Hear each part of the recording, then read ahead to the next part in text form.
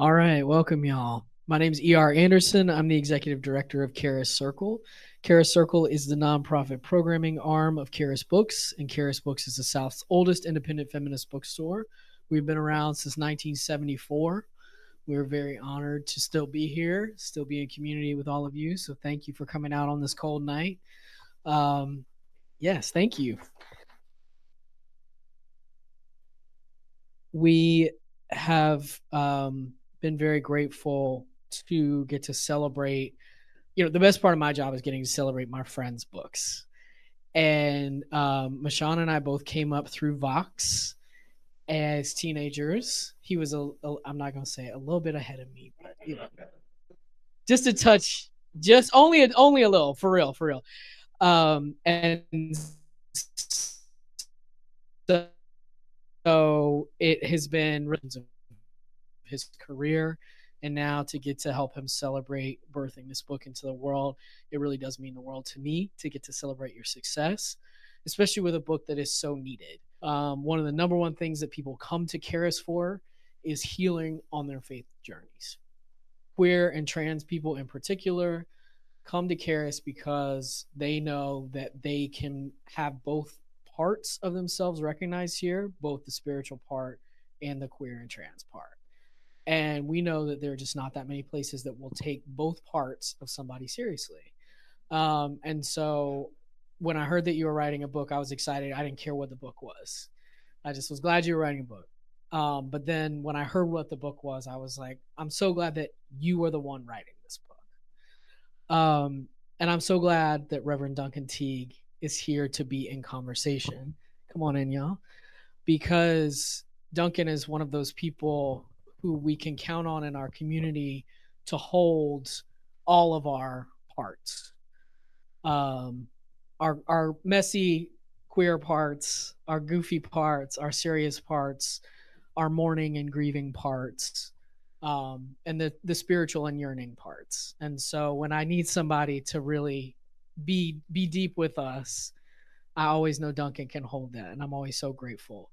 So I'm gonna read shortened bios for these two folks because I want to get right into it. But I'll start with Duncan.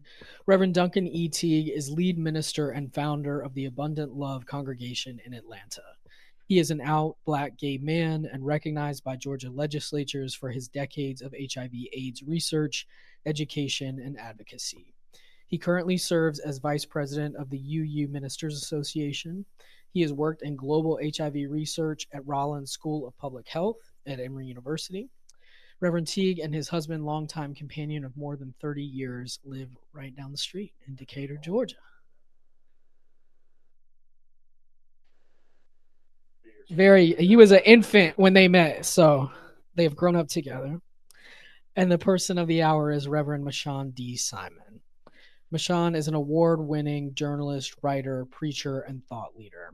Through his work, Mashaun attempts to empower others to cultivate joy through realizing personal freedom and purposeful fulfillment. As a public theologian, his first book is the one that we are celebrating tonight, Faith Deconstruction For Dummies.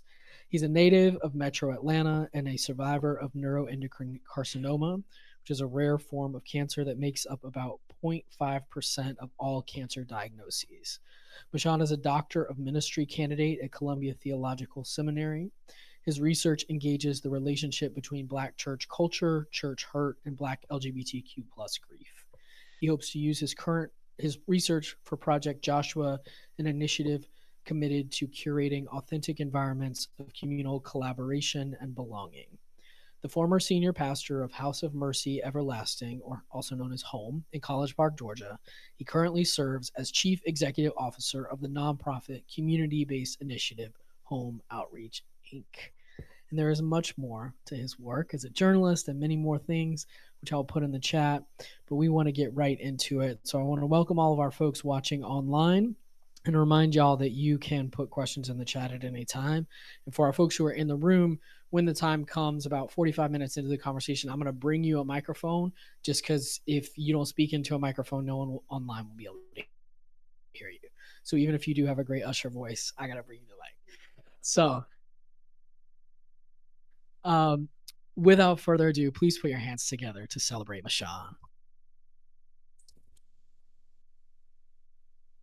This is so awkward.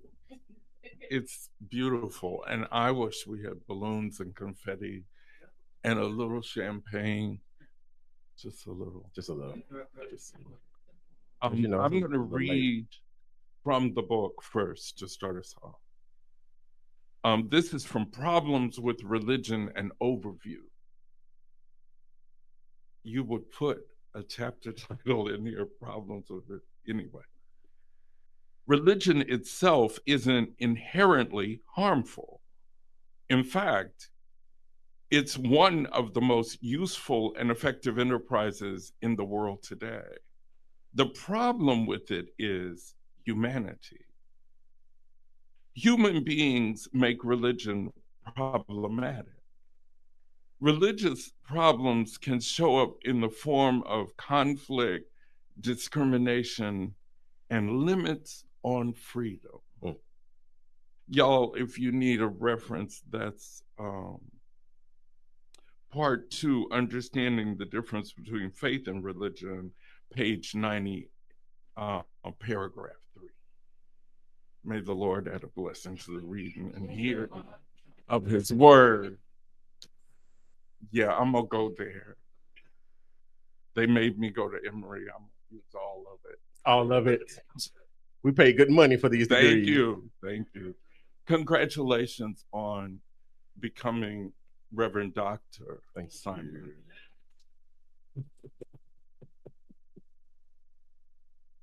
The rest of us are having a God have mercy year, and you're celebrating doctorates and coming out with books. I want some of, never mind. I don't even know how I did it, and I don't suggest to anybody to do it. And I beat cancer. Yeah, you beat cancer.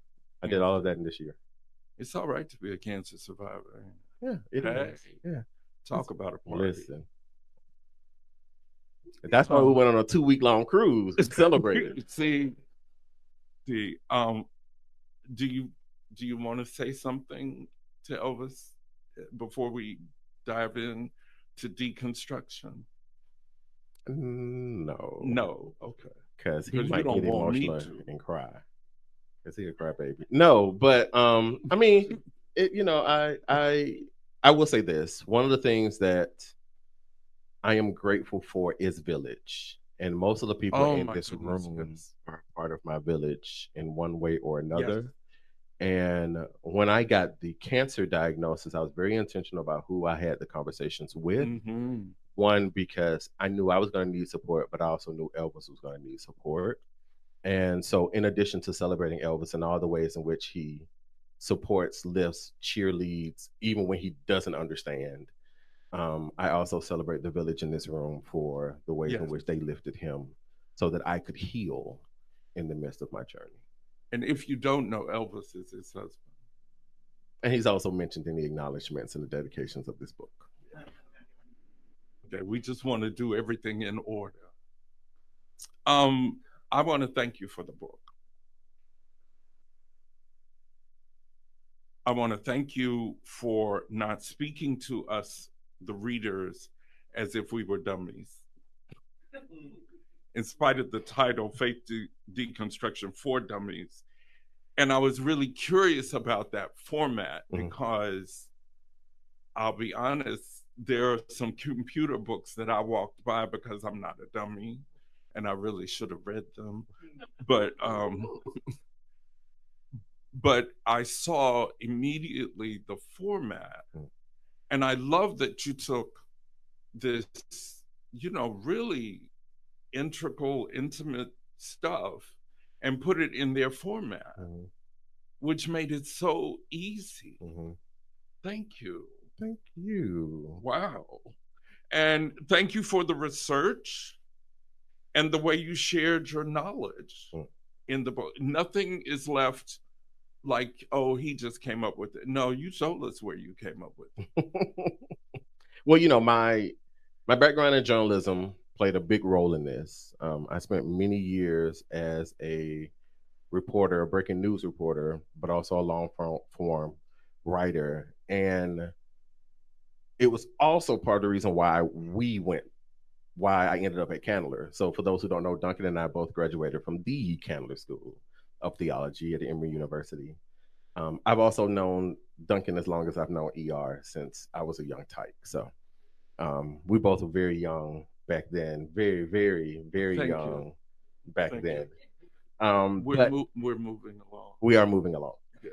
But the journalism background and the academic rigor of Candler very much prepared me for this moment. Yes.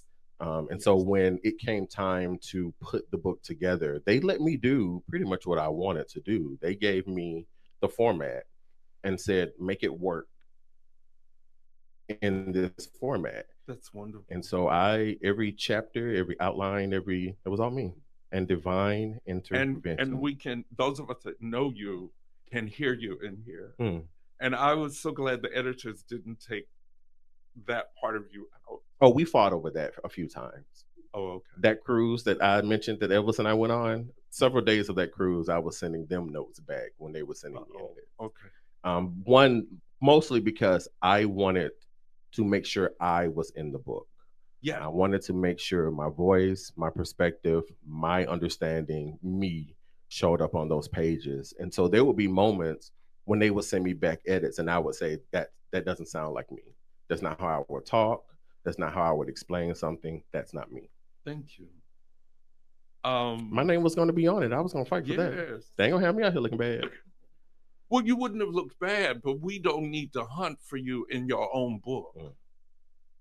Good point. I admire your philosophical and deeply held trust in the people who are willing to devote their lives, their time, their space to examine their spiritual and faithful positions, and therefore their religious locations.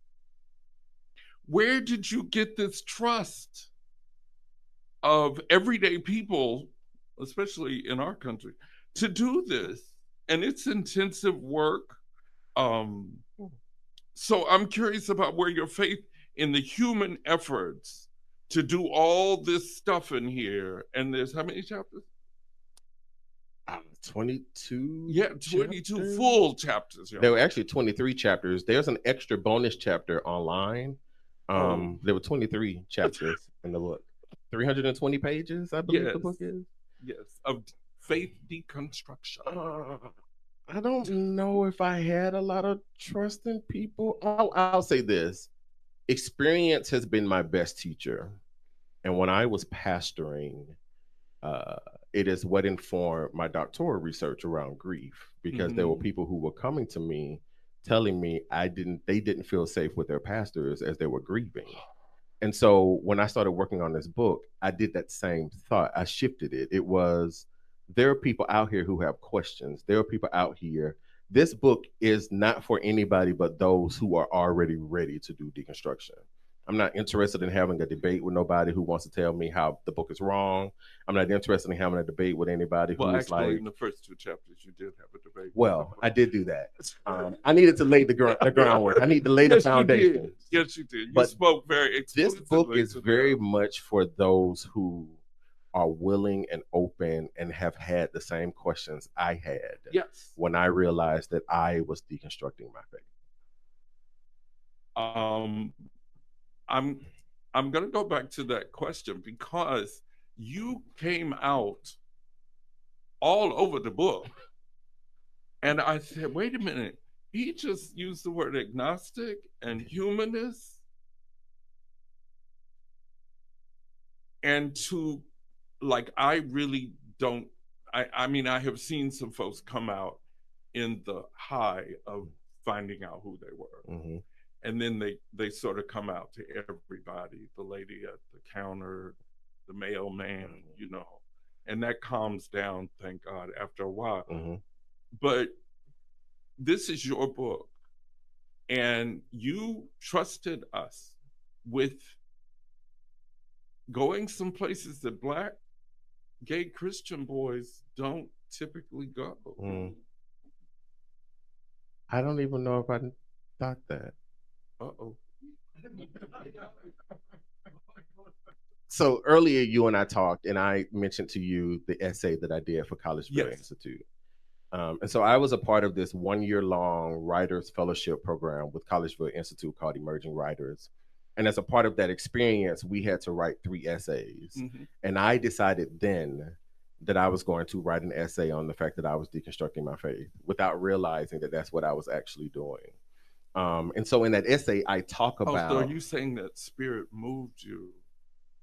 Sure, we can say that. Whatever. In that essay, my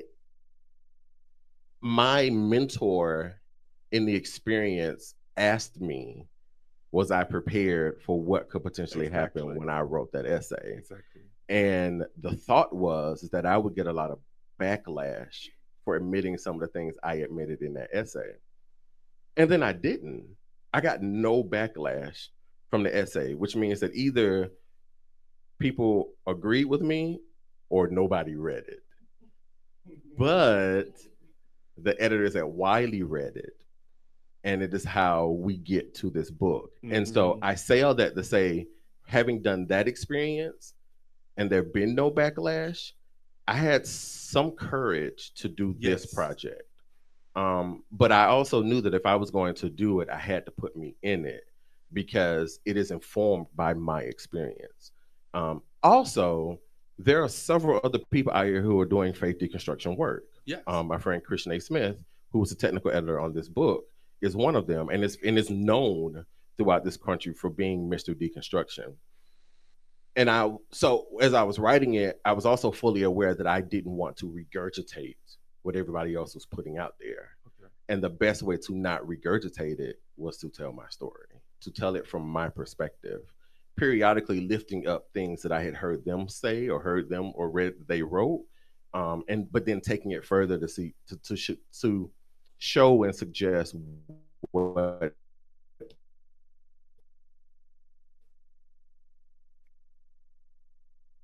inspiration to do it was to tell my... Get how pastoral that is. Mm-hmm. Mm-hmm. I am coming to grips with the fact that I have a pastor's heart. Yes, I am coming to grips with that. Well, you didn't come to grips, babe. you got it in black and white. I am. It is all over the book. Yeah, I am embracing and maybe that's what I'm interpreting as trust is in fact care. I care about people. And love. Mm-hmm. I realized that I no longer wanted to pastor, but I still had a pastor's heart. I didn't need to do the weekly by week Sunday morning service. I didn't need to do the in the 4 walls of it all, but I could still have impact and still do work and still care for God's people. And this was the way I could do it. Oh my God, we need a B flat right now. Do you have a Hammond back there somewhere? Unitarian Universalists don't do that. Yeah, I don't do all that shouting. And nobody asked you all that. We affirm your inherent dignity and worth, and wherever you find truth. Amen. Thank you. See, I got a ex-Pentecostal over. But y'all don't do no B flat and y'all don't shout. I know that to be the case. Anyway, as we're gently going along, Elvis, when I wink twice, we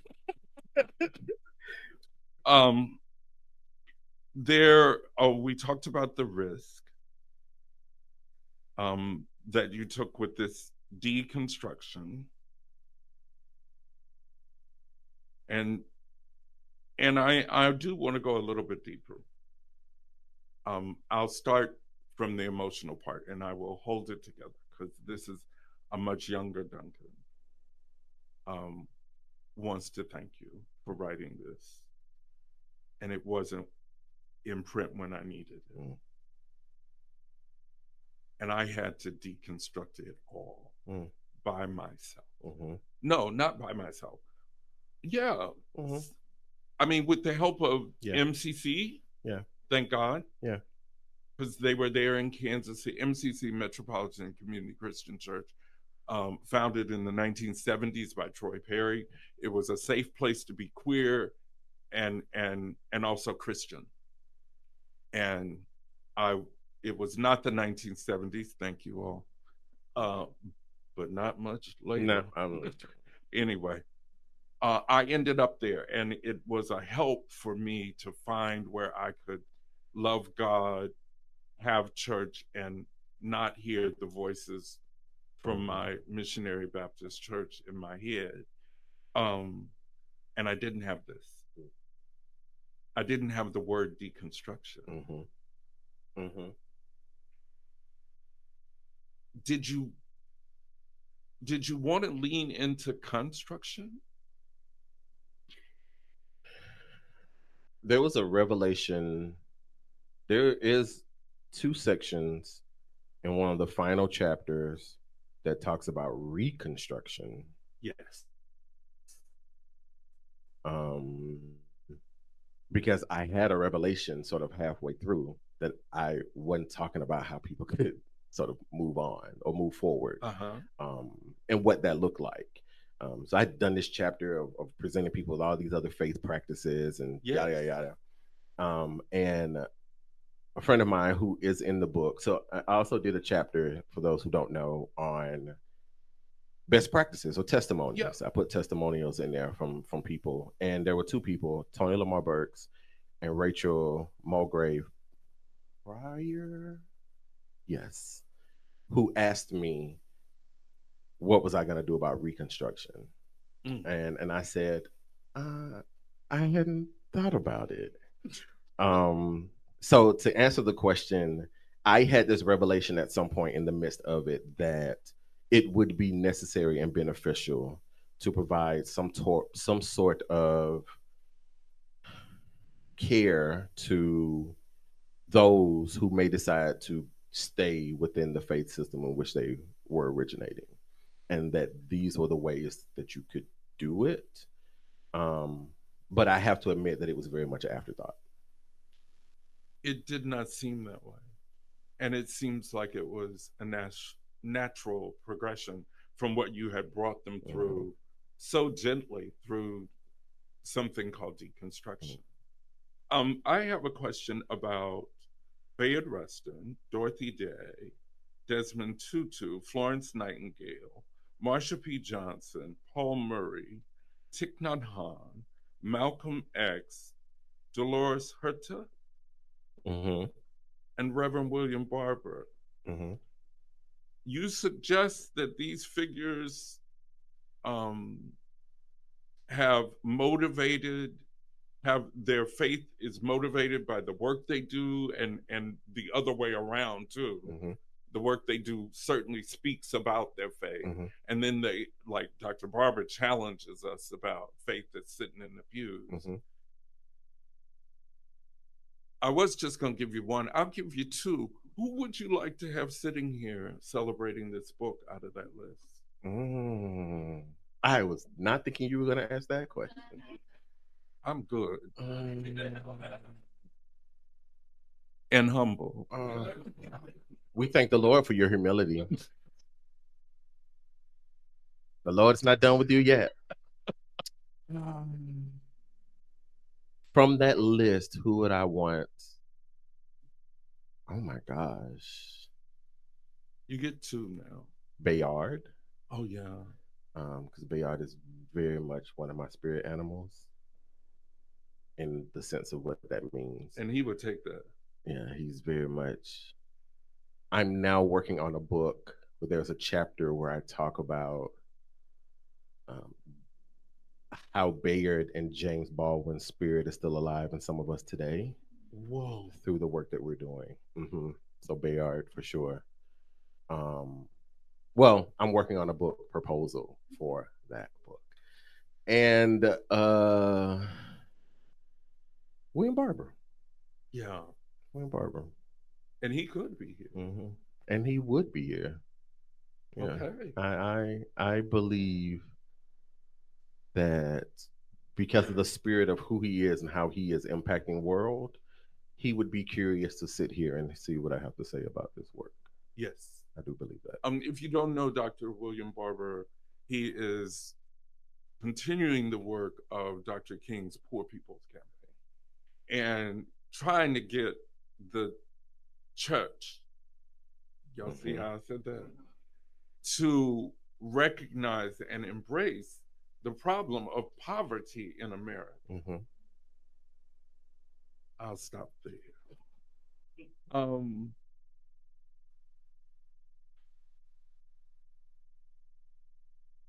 I think you've answered that question. You came with notes. Perfect. Of course. I mean, I didn't think you were going to be prepared. I'm not saying that at all. Okay. Now, this was one I gave you before. One of the trials or the things that life threw at you is that your beloved father passed before you started. He's been gone now 4 years. Yeah. But it shaped a lot of your journey. I mean, we saw it, those of us who were close to you. And I think those of us who have just been observing. Where's Dad in the book? Yeah, you asked me that question the other day, and I have been thinking long and hard about that question, because almost initially I was like, did Duncan read the book? Because I didn't feel as though my father had shown up in the book until you made me think about the question. Told you I'm good. Humility. Humility. I spray it on. You do. In my second year at Candler, I was a student preacher.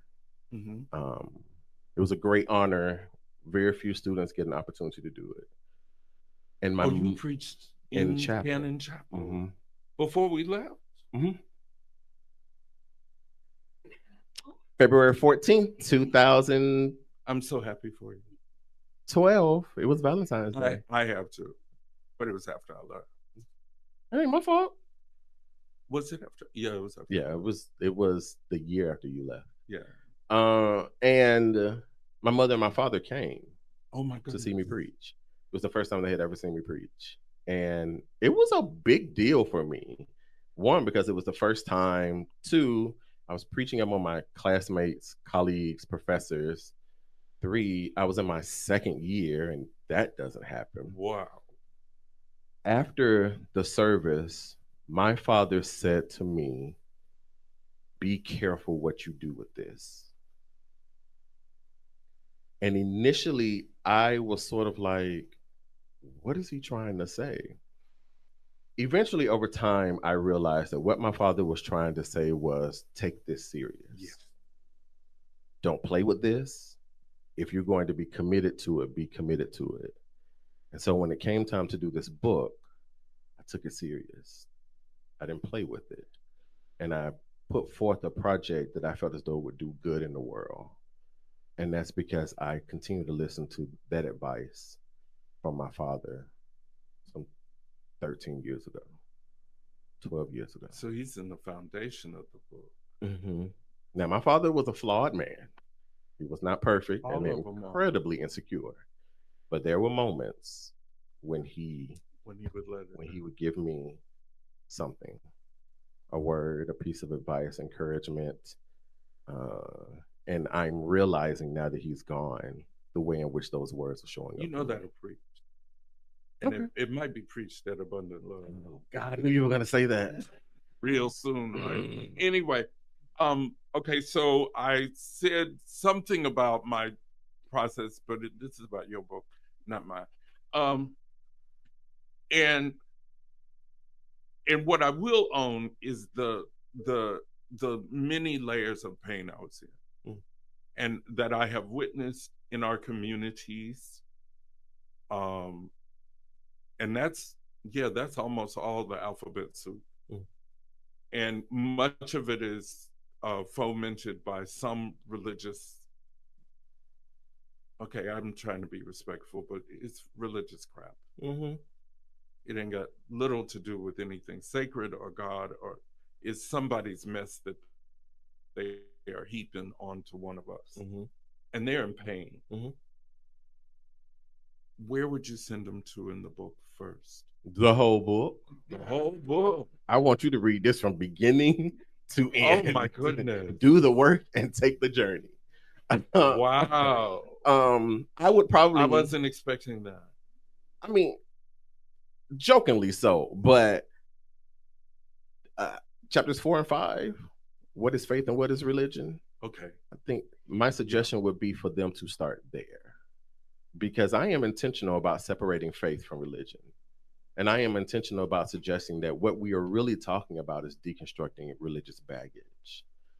Faith is what faith is going to be.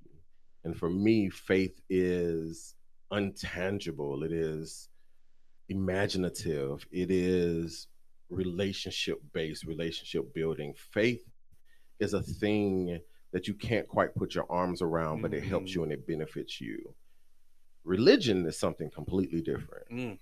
And I make the argument in the book that religion, as you read, is a part of our problem, because humanity is a part of our problem. But religion stifles us, and it can. Religion can stifle us. Religion can take away our creativity. Religion can take away our imagination.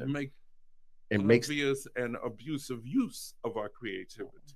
I'm speaking like a bitter queen. You are. Anyway, it's okay. Religion creates a space for certainty that should not be there. Yes. Because the beauty of faith is that things are not certain, that we hope for. You better preach today. We're not doing this tonight. And so my suggestion would be for them to start there, because I want people to have an understanding that when we are talking about deconstructing faith, we are really deconstructing the systems of religion.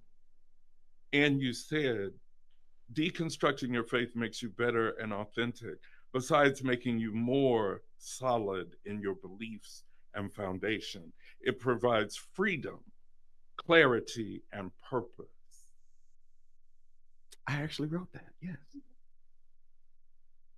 Oh, I'm about to preach right now. Anyway, y'all get the baskets ready.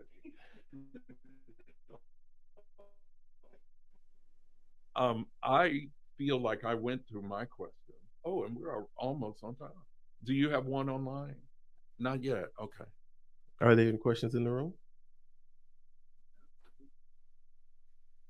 He would be the first one to raise his hand. That's how the Lord was. Is that the Lord? We blame a lot on the Lord. Yes, we do. Yes, we do. When all else fails, it's all the Lord. Do I need to get up? Hello. First, do you want to introduce yourself? Sure. I'm Alfred Vines, Atlanta native, do all kinds of stuff. Happy to be here. Happy to celebrate this exciting book. And the point that I am reading it in my life where I am doing much of this, there was a specific moment that had happened to me when I raised Southern Baptist. And there was just a specific moment that I remember, and it's like I left the church and I hadn't consistently been back. But you said part of what I was gonna ask. We are taught so much of the black and white, the right and wrong of religion, and how we're supposed to believe and what we're supposed to believe. How do you reconcile that with a book like this?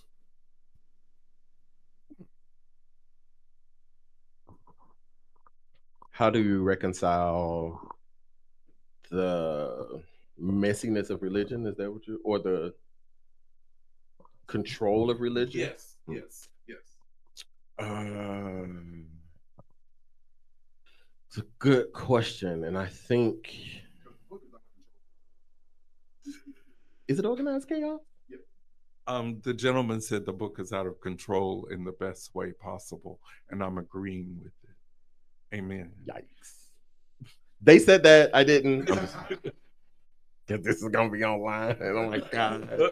I don't want my DMs full of mad people. Oh, get ready. Get ready. Oh, I've already been attacked a few times. Like, we're not gonna go back there. Answer this gentleman's question. The trauma. That's a good question. How do we reconcile that? I mean, I think that's really the purpose of the book. The purpose of the book is to sort of shed light to allow us space to rethink our relationship to religion and our relationship to faith, that there is some good of religion. There is some benefits to religion. There just truly is. But what I am interested in right now is the church is going to do what the church is going to do. The church is always going to protect itself. The institution is always going to do what the institution wants to do for its well-being. I'm not concerned about that.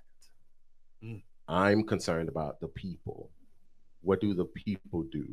Where do the people go when the church doesn't want them?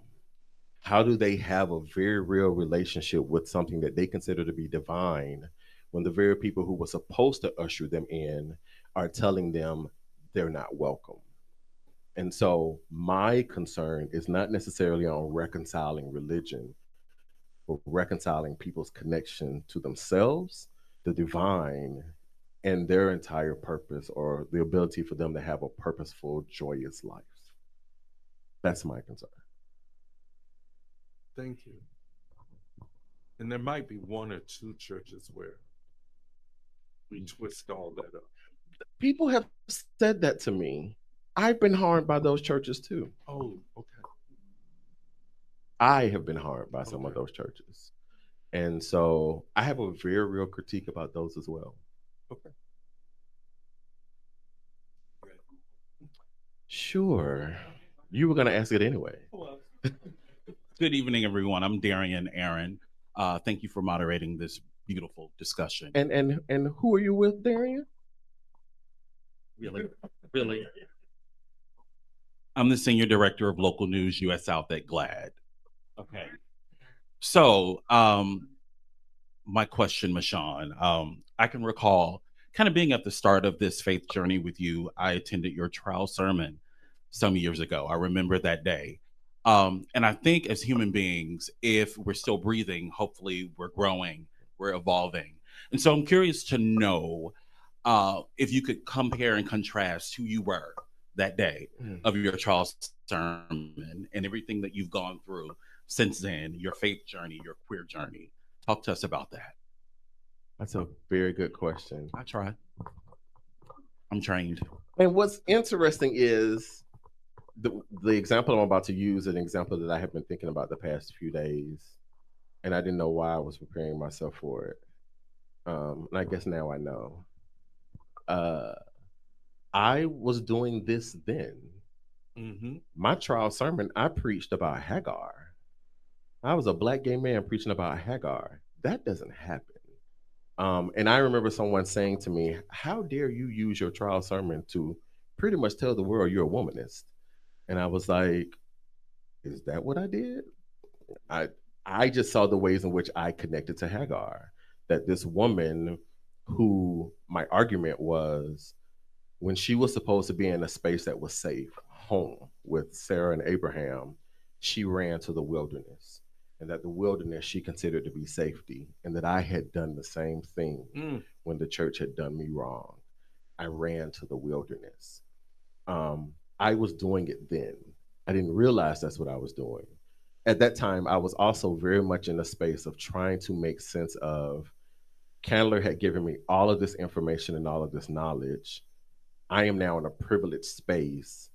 What then do I do with it? Because the average person on a day-to-day cares nothing about the Council of Nicaea.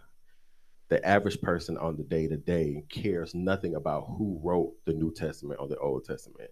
They want to know how they're going to get their groceries. They want to know how their bills are going to get paid.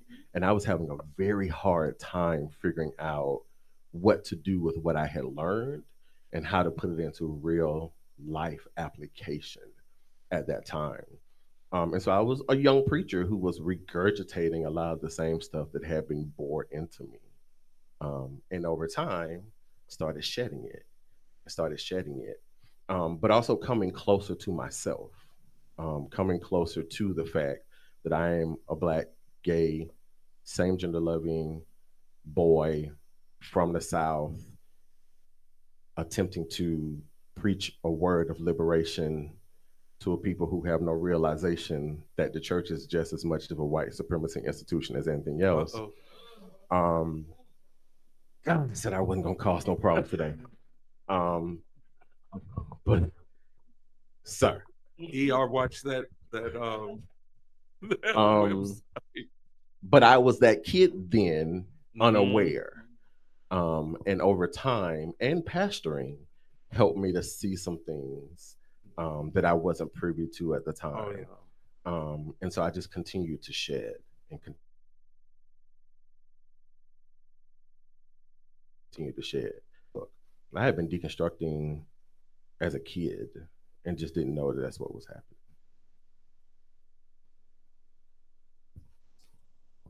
And there's another question over here. And I see somebody. No, you can't answer no question. You can't. That's my son. He can't answer no question. He's liberated. So he can't. Hey, Mashaun. Hi, Noelle. Hello, I'm Noelle Heatherland. I'm with Georgia Equality, but here tonight in my personal capacity. And I am so glad you wrote this book.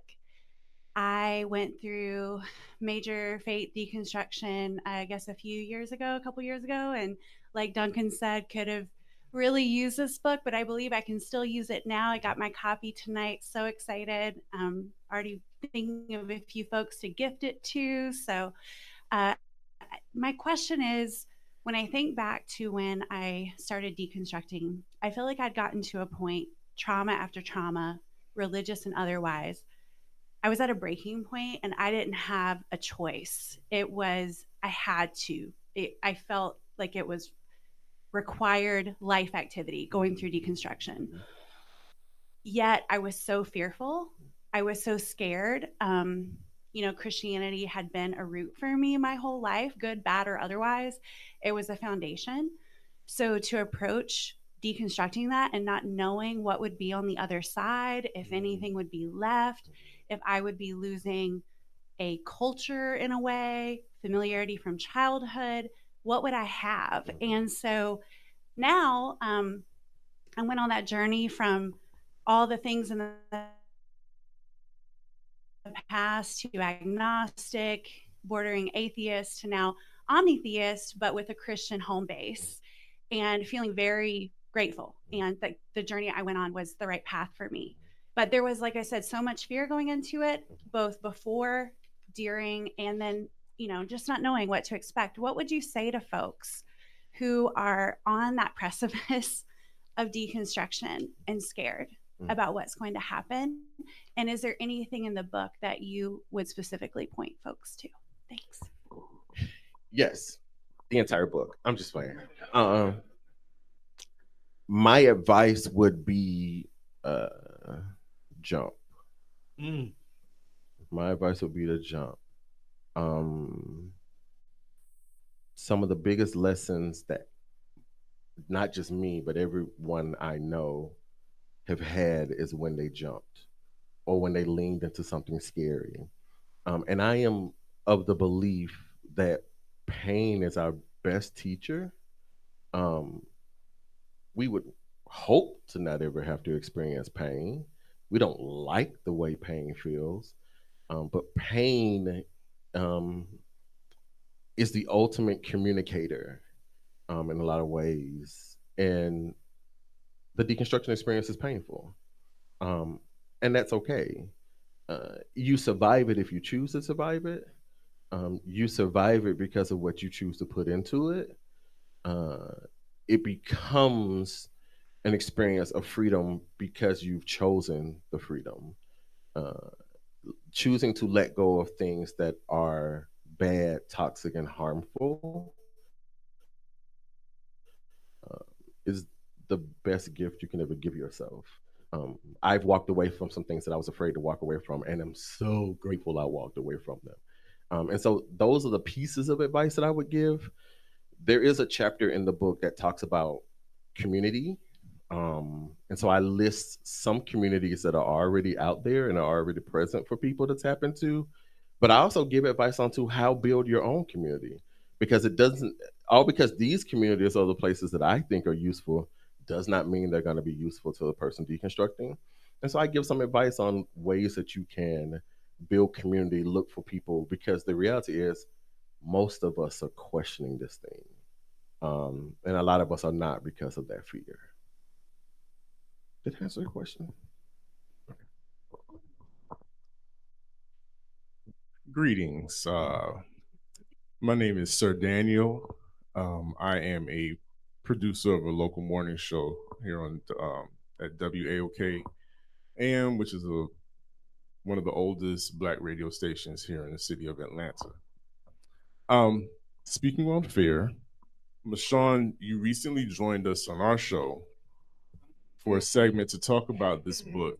Whew, Jesus. I want to feel the scar. So I want to talk about. I want you to talk to us now that you've dropped this boulder into the pond and the ripple effects have already started, because the church and religion is something, has been a gift and a curse to Black people specifically in this country.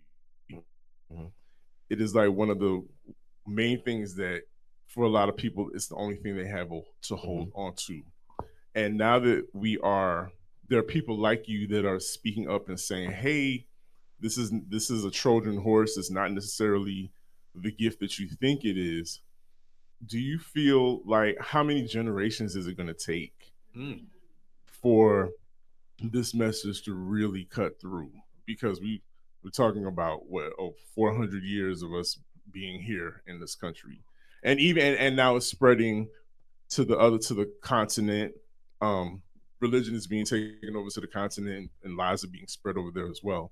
Do you see, or what do you see? What is your vision as far as how long it's going to take for people to be cracked open? Because you see there are people that are committed to misunderstanding. So if it wasn't that I was already abused enough when I went on your morning show, now you want to abuse me here?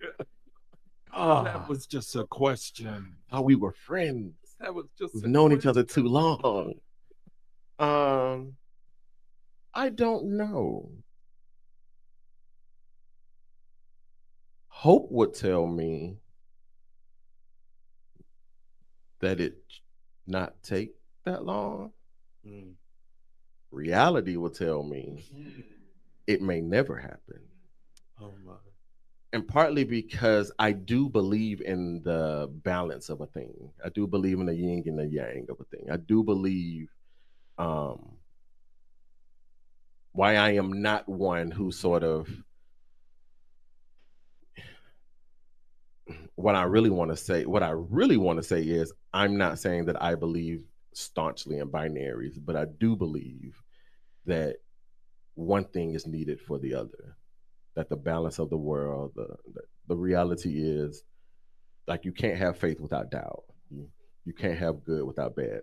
That's where I'm going with this. That while there will be people who will deconstruct, while there are people who are deconstructing, and while we already see this shift in people becoming more comfortable with questioning, we also see the Christian nationalism of the world. But there's a part of me, when I was talking with the publisher about when this book was going to come out, because let's also be clear, I wrote this book in about 4 months, which is senile in a lot of ways. What I was fully aware of is that it was coming out when it was coming out. And I do believe, while I am this agnostic humanist, whatever, I do believe that whatever it is that is in the world is intentional. I was like, it makes sense that this book is coming out right now. Like, it just makes sense. Yes.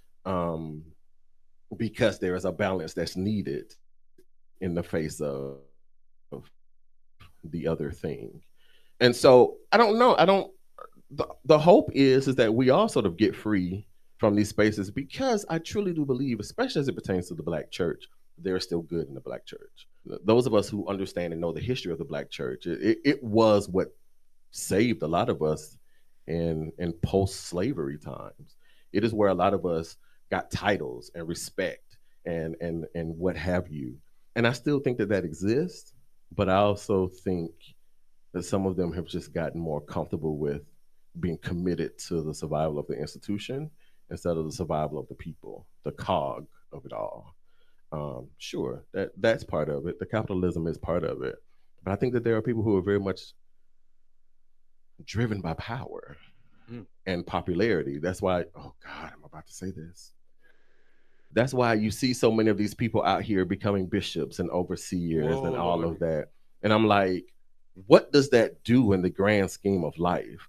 Why do we have yet another bishop elect? Like, what impact does that have above and beyond just another title? But people are attracted to that. They are attracted to the things that they think gives them access and power and reputation and popularity. And so because of that, we will always have that. But there are some, which is why a book like this, as many of you have said, is so necessary, who are asking these questions and going through these processes. And so I am interested in helping them go through the process that they are willing to go through.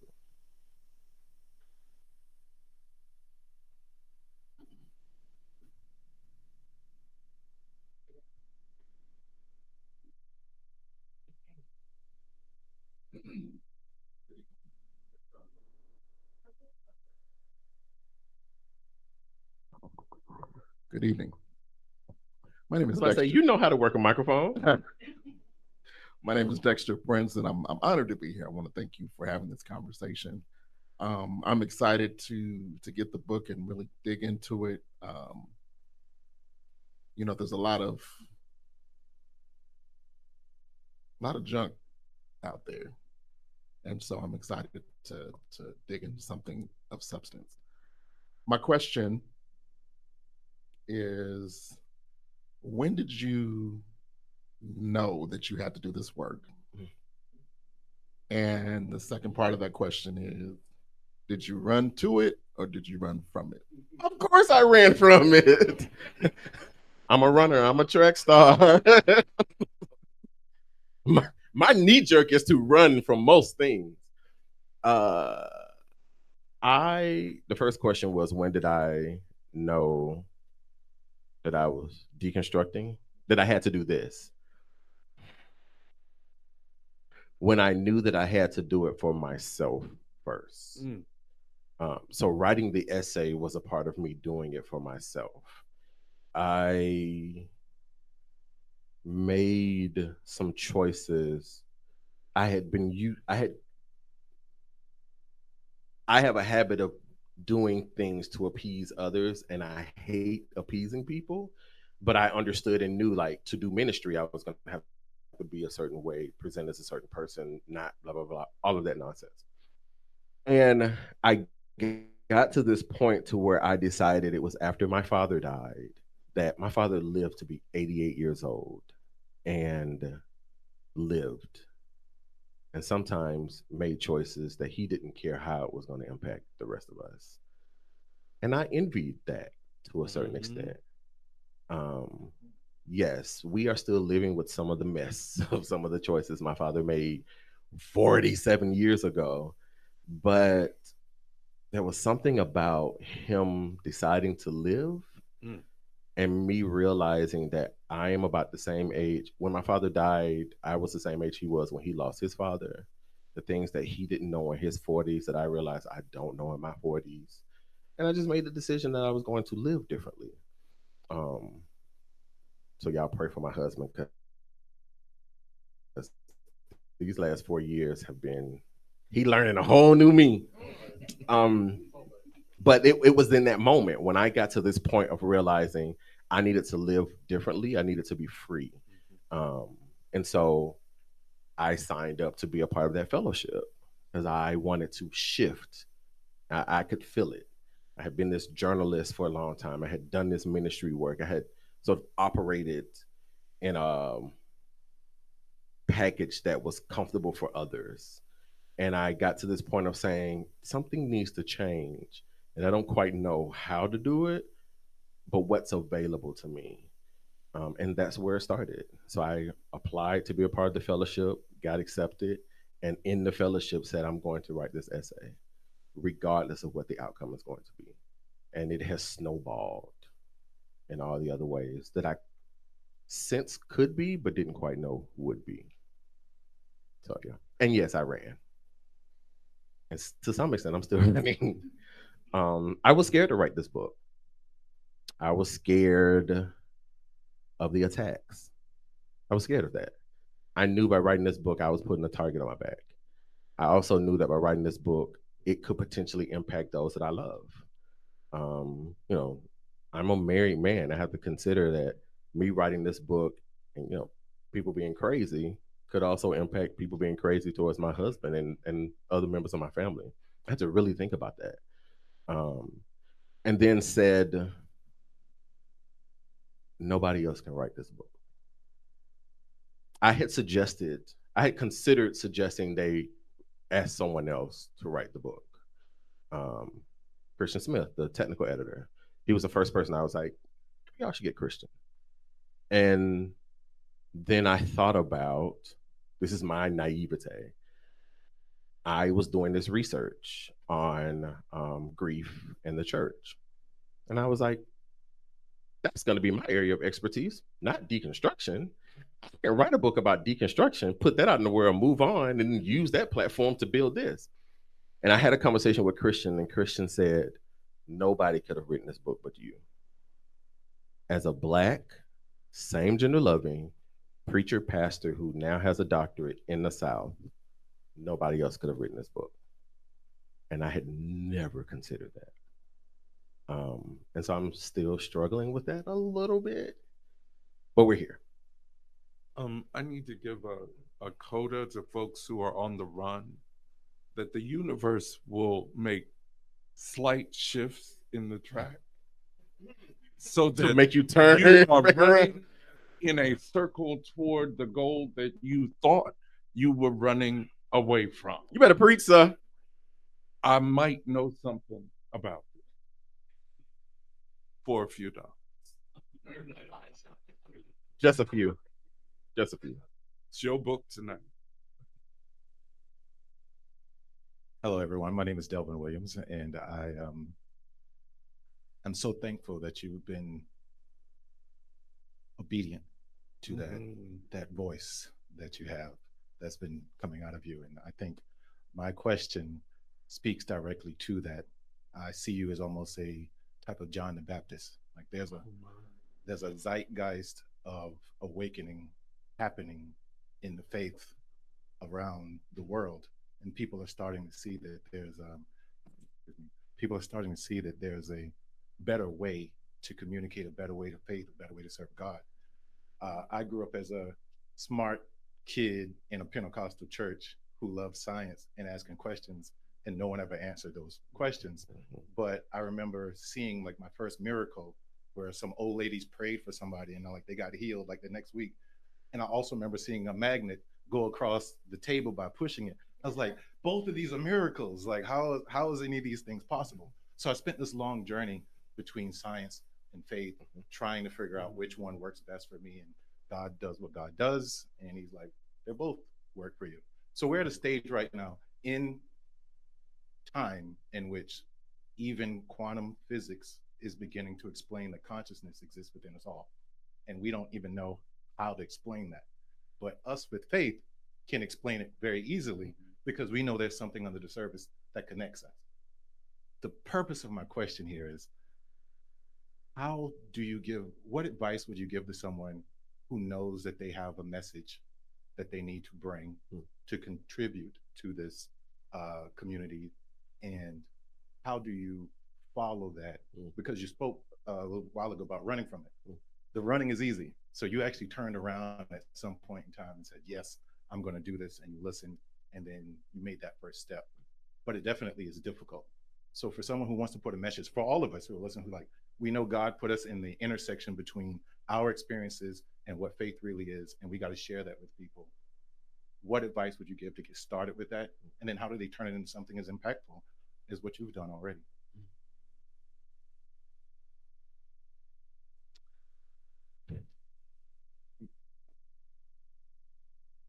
You and I have known each other for a good number of years now. And I have to admit that when I first met you,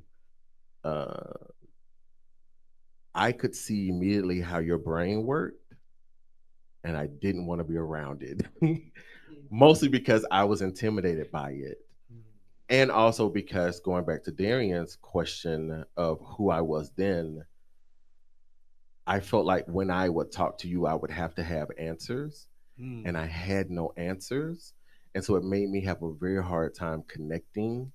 But then you and I just started talking. And what ended up happening was we both would have revelation in the midst of the exploration. We would just be talking and talking and talking. And there were never any explicit answers. But we always got the answers we needed and we wanted, or we walked away satisfied. And so, in hearing you ask this question, that's where my mind was going. You're already doing it. You're already finding space with people that you are comfortable with and are not comfortable with. You're already being inquisitive enough that you are getting revelation in a way that you don't even realize you're, oh my God, God is in the room. I love it. This doesn't happen to me often, but when it does, I run from it. You're already doing it. Don't chase after a milestone. Don't chase after an A plus B equals C. Because if you try to do that, you'll never get to where you're supposed to go. Just let it be, and the moments will land when they're supposed to land. It is one part how it has happened for me, but it is also one part how I've seen it happen with you in just a few years I've known you. And I think you just have to get comfortable with being okay with that for right now. I love it. Thank you. I love you. Thank you. I love you. Because I have a mic. My favorite song is This Little Light of Mine. I'm going to let it shine, not make it shine, not go to the committee to get approval for it to shine. I'm simply going to let it shine. If you're in the dark and you have some light, it just shines. I heard the Lord tell me one point, one of your gifts is that you are a lighthouse. Uh-oh. And I have struggled with that for so long. And when we were at Candler, one of our classmates who was from Hawaii gave me this necklace that was made of these seeds that they use in Hawaii as lamps. And they put whatever they put in the seeds and set it up in a room for it to be a lamp. And he gave me a necklace of that. And somebody asked me recently about something that made me think of that necklace. And it took me back to what I heard clearly, that you are called to be a lighthouse. I don't want that responsibility. I just want to be left alone. Do what I want to do. It's so much more fun to be on the boat party or something. Yes, God. So we do have some online questions. Okay. I know we got one more right here. Yeah, I think Billy, did you have a question? Andrea asks, does the book address how to communicate your deconstruction to family, others still connected to the church or religion, especially those that you still care about? It does. There is a chapter where I pretty much say people are not going to understand your deconstruction, and that's okay. Be patient with them. It does not mean that you stop doing what you're doing, but in the same way that you're figuring some things out, they are as well, mostly because I understand what people's religion means to them. And in no way is this book designed to take anybody's religion or faith from them. And so, yes, there is a chapter that talks about how to be okay with people may not understanding that you are deconstructing and how to manage that. Can you share a little bit about how you wrote a book in 4 months? Can you give any pro tips for those of us who would like to be that fast?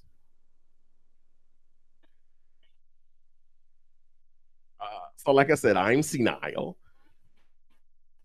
Part of that, so I had a lot more time to write the book, but as my bio states, I was diagnosed with cancer in March of 2025. And at the same time, I was finishing my doctoral program. And so I put all of that on pause. Like I stopped everything. So when I came out of recovery, my deadline got shrunk in order for it to get out when it got out. And it still was a week late. How I did it, it was a week late. My book was a year late. Hey.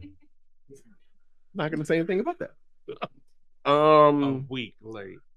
How I did it was I grinded. Like people in this room can tell you, I spent days in coffee shops and in the library at Columbia Theological Seminary, and I just wrote.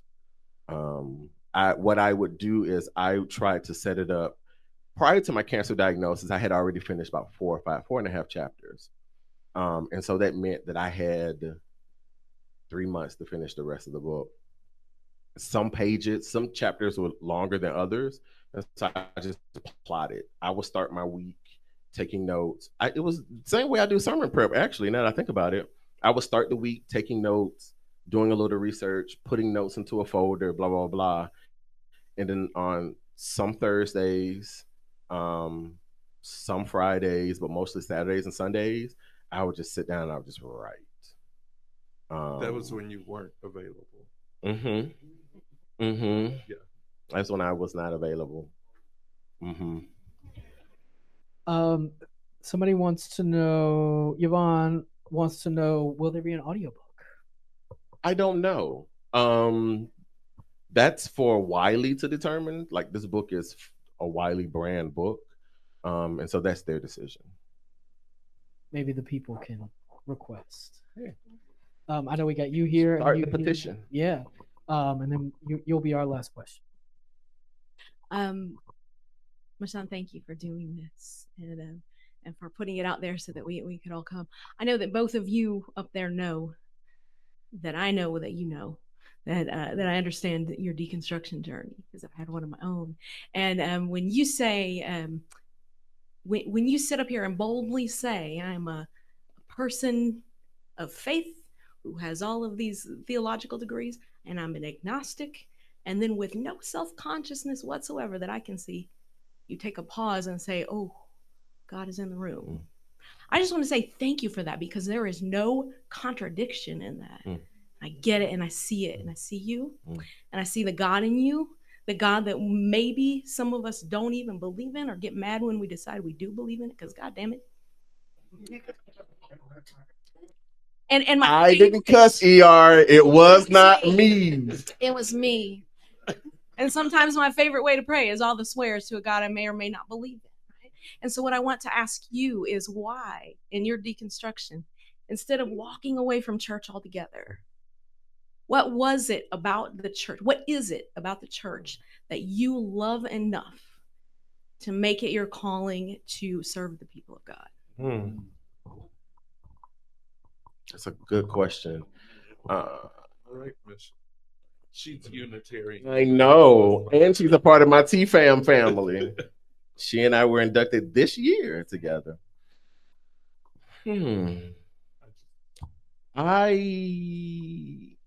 Christianity is foundational to me. It is what I was brought up in, and I in no way want to throw that out. I made a decision when I was in seminary to focus more on, Robbie's here. Robbie may remember this. One of the things that led me to seminary was I had a revelation while sitting in a Saturday evening church service at a church that I won't name, listening to a pastor go on and on and on about the divinity of Jesus, and I could not sit still. And I kept saying, something's missing here. Something's wrong. This is way before seminary. This was way before a call. We were members of Victory of the World Church at the time. Like, we were just singing in the choir. That's all it was for me. And the next morning, we were in numerous class. Do you remember this, Robbie? And the teacher asked, what is the most important thing about Jesus? I think I write this in the book too. And everybody was like, he's the Son of God. He did all these miracles, blah, blah, blah. And I was like, he was human. And when I got to seminary, I held on to that. Mm-hmm. I held on to the humanity of Jesus. And I allowed the humanity of Jesus to be my guide. So as I started deconstructing, I stopped looking at Jesus. Oh, the church is going to be so mad at me. I stopped looking at, they already mad. I stopped looking at Jesus as this thing up there. And I looked at Jesus as a brother, a cousin. And doing that, I started seeing Buddha the same way. I started seeing Hindu deities the same way. And I had this revelation that we were all cousins. And that my call was to engage through Jesus. But what the Buddhists do does not go against what Jesus was doing. What Muhammad did does not go against. And in the midst of this book, started struggling with Christianity, because in some Christian circles, there's a complete negation of the Jewish world. And that started to also make me uncomfortable. And so I started to have a pull back a little bit more of my Christianity to figure out how could I be in a relationship with Judaism. And so all of that, like working through all of that, has led me into this space of, one, seeing the Bible as a collection of writings that's more like a diary than a sacred text. And two, I can go into churches and preach to people from that book because it is sacred to them. And my call is to provide for them some insight into a book that they consider sacred. Doesn't mean I don't consider it sacred, but I'm speaking to the audience and fulfilling the assignment that is before me. And I don't need to take anything away from anybody.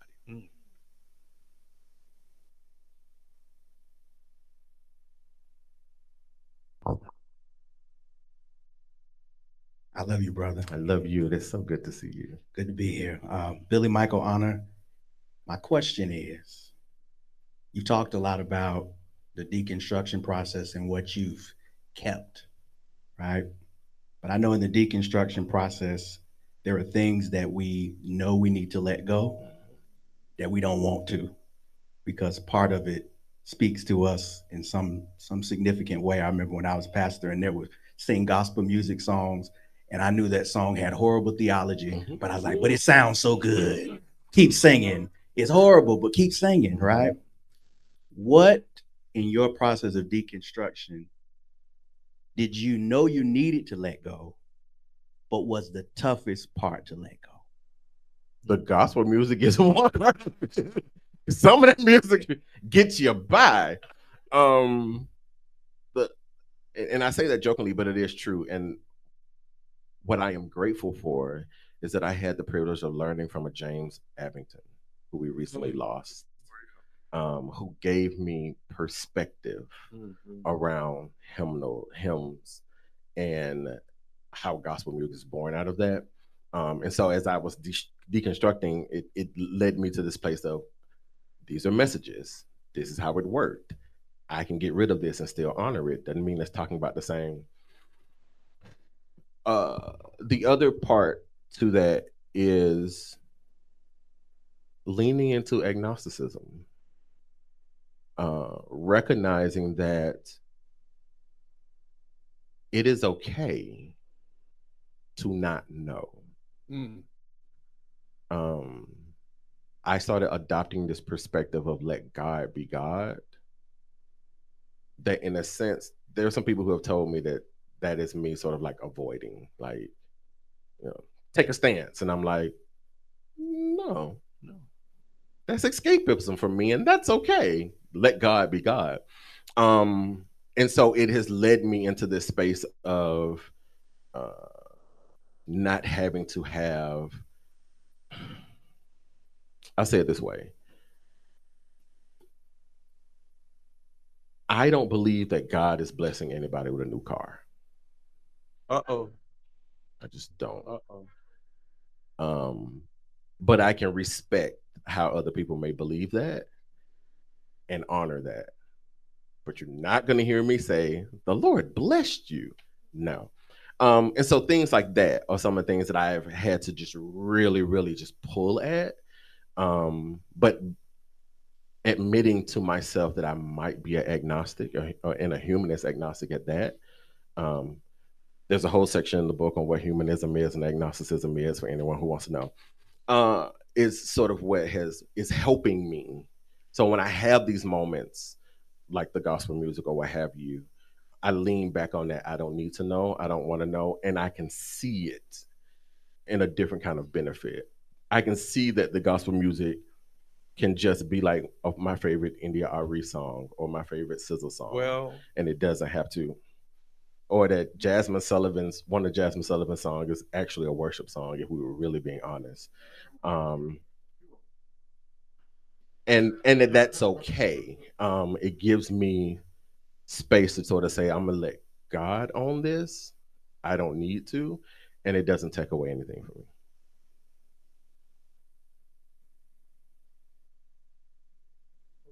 Sure. In the latter part of the book, Life After Deconstruction, the Journey Continues, our author says, but there's an end to an existence for the caterpillar to make room for the butterfly. The butterfly form is the opportunity for something new. That's life after deconstruction. Dash, a transformation into a new purpose. Thank you, my brother. Thank you.